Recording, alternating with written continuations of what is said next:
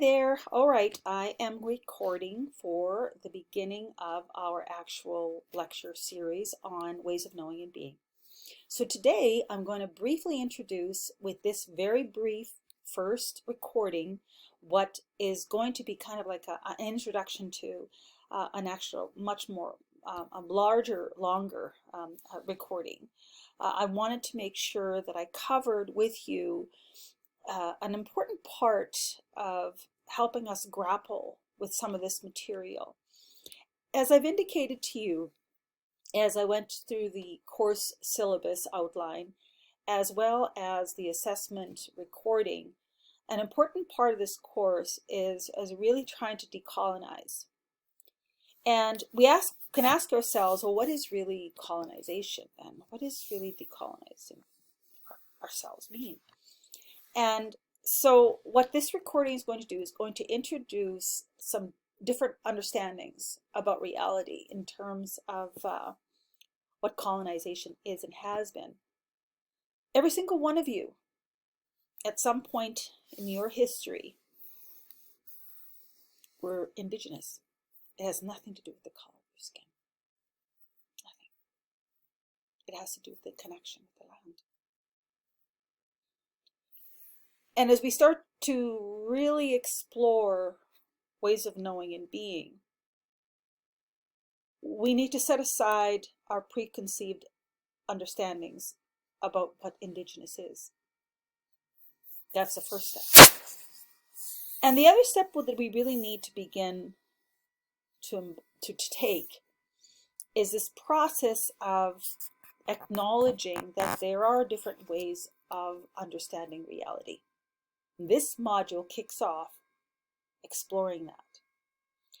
In order to do that, we're going to be looking at ways of knowing, chapter 1, that's on your UR course resources section of your homepage, as well as I'm going to be referencing Treaty Elders of Saskatchewan. That's one of your core textbooks. And we're going to be able to, I hope, really start to grapple with some of this material. And so to kick that off, I want to bring your attention to this link here. And I want you to listen with me, because if I tell you to do it on your own, you won't. I want you to listen to this. This is the fight for Mauna Kea in Hawaii. It's really the part of a very significant part of what's unfolding globally around the world today in the fight for Indigenous rights, okay?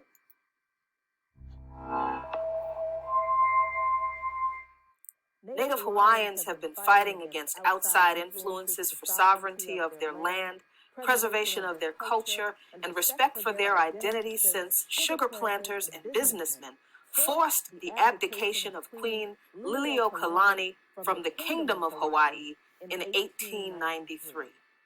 In many ways, the continued protests against construction of the 30-meter telescope in Hawaii is more than just a protest against a massive construction project, but it's an extension of that 126 years long fight for the right to sovereignty of Native Hawaiians on their land and the longer fight for self-determination for Indigenous and Native peoples around the world.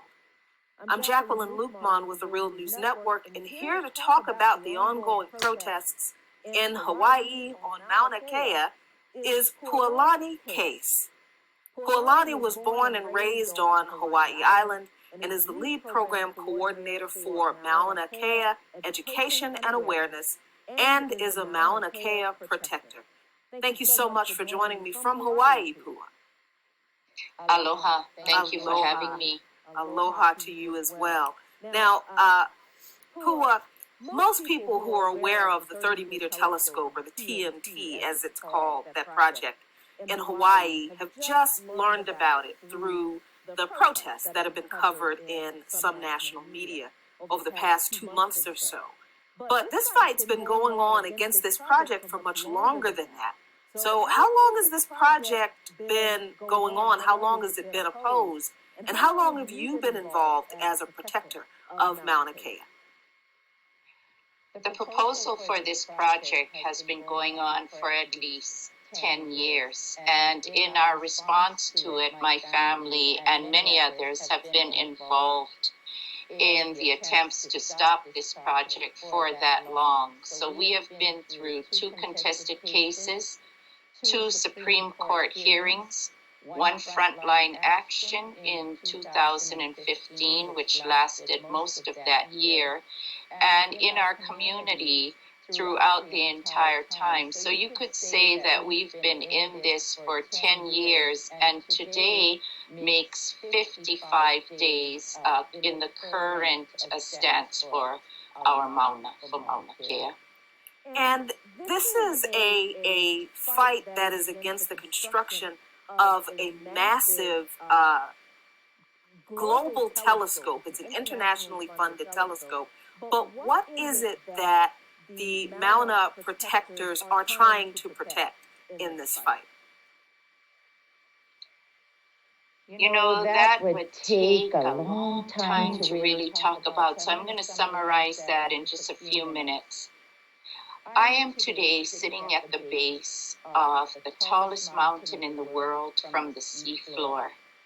It is a place where I look at every day, and what I see is the Vauakua. The Vauakua is where we are genealogically descended from if you are Kanaka Maoli. But it's also a mountain that we call the unifier. It brings us together to stand for certain things in this time period. There are 13 telescopes already presently on the mountain.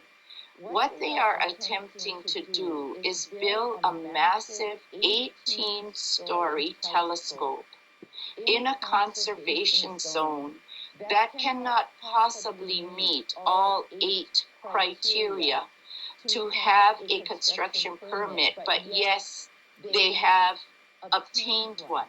So at this point in time, we as a Native people and our allies, our comrades, our friends, and really people all over the world, we have no choice at this point but to make a stand, 1, for our water source, 2, for our sacred mountain, for our fragile landscape, for a pristine northern plateau that would be built upon, and more importantly, I think what I could say is that there comes a time when a Native people and local people and allies and friends in the global community have the right to say enough is enough. When That is really part of the challenge we have in front of us. This is really the exploration of ways of knowing and being. It is a very controversial subject in most circles, really. And so when we start to really talk about what this really means, you know, I go back to thinking about the words of Vaughn Deloria Jr. and excuse me, my cat is trying to visit us. The fundamental factor that keeps Indians and non-Indians from communicating is that they are speaking about 2 entirely different perceptions of the world. Vaughn Deloria said that in 1977 in his book, The Metaphysics of Modern Existence. So we're going to explore this. Stay tuned for part 2. You'll see me soon.